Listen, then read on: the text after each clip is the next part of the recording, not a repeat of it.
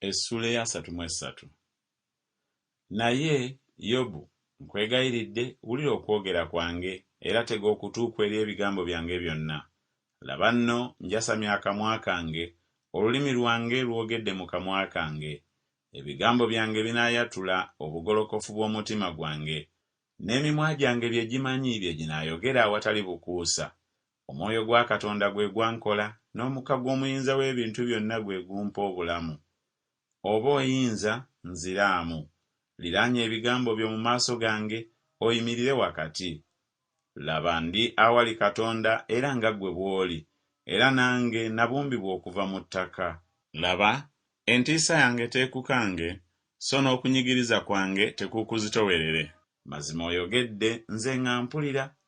Nange mpulidde eddoboozi ly'ebigambo byo ng'oyogera nti, ndi mulongoofu nga siriiko kusobya, siriiko musango, so mu nze temuli butali butuukirivu. Laba, anziyako ensonga, ampita mulabe we, ateeka ebigere byange mu nvuba, alabirira amakubo gange gonna. Laba, n'akuddamu, mu ekyo tolina nsonga.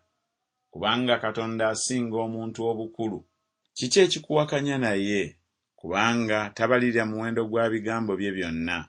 Kubanga Katonda ayogera omulundi gumu, weewaawo emirundi ebiri abantu newaakubadde nga tebassaayo mwoyo. Mu kirooto, mu kwolesebwa okw'omu kiro, otulo otungi we tukwata abantu, nga babongoota ku kitanda, awo n'alyoka aggula amatu g'abantu, n'ateeka akabonero ku kuyigirizibwa kwabwe, ajja abantu mu kuteesa kwabwe, era akweka abantu amalala. Aziyiza emmeeme ye okukka mu bunnya, n'obulamu bwe bulema okufa n'ekitala. N'okulumwa kumukangavvula ku kitanda kye, n'okulwana okutamala mu magumba ge. Obulamu bwe n'okutamwa ne butamwa emmere, n'emmeeme ye ekyokulya ekiyonjo. Omubiri gwe gumalibwawo n'okuyinzika ne gutayinzika kulabibwa, n'amagumba ge agaali gatalabika ne gakukunala. Weewaawo, emmeeme ye esemberera obunnya, n'obulamu bwe busemberera abazikiriza. Oba waliwo wamu naye malayika, omutegeeza, omu mu 100, okwolesa abantu ebibagwanira. Awo n'amukwatirwa ekisa n'ayogera nti, muwonye aleme okukka mu bunnya, ndabye ekinunulo. Omubiri gwe guliba mujja okusinga ogw'omwana omuto. Adda mu nnaku z'obuto bwe, asaba Katonda era amukwatirwa ekisa, n'okulaba alaba amaaso ge n'essanyu, era awa nate omuntu obutuukirivu bwe. Ayimbira mu maaso g'abantu n'ayogera nti, nnyonoonye ne nnyoola ekyo ekyali ekirungi, so siriiko kye nagasibwa.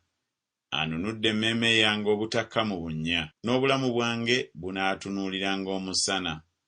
Laba, ebyo byonna Katonda abikola emirundi 2, weewaawo n'esatu eri omuntu, okukomyawo emmeeme ye mu bunnya, ayakirwe omusana ogw'abalamu. Weetegereze nnyo, Ayi Yobu, ompulire, sirika nange naayogera.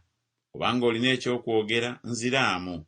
Yogera, kubanga njagala okukufuula omutuukirivu. Obanga si weewaawo, mpulira, sirika nange naakuyigiriza amagezi.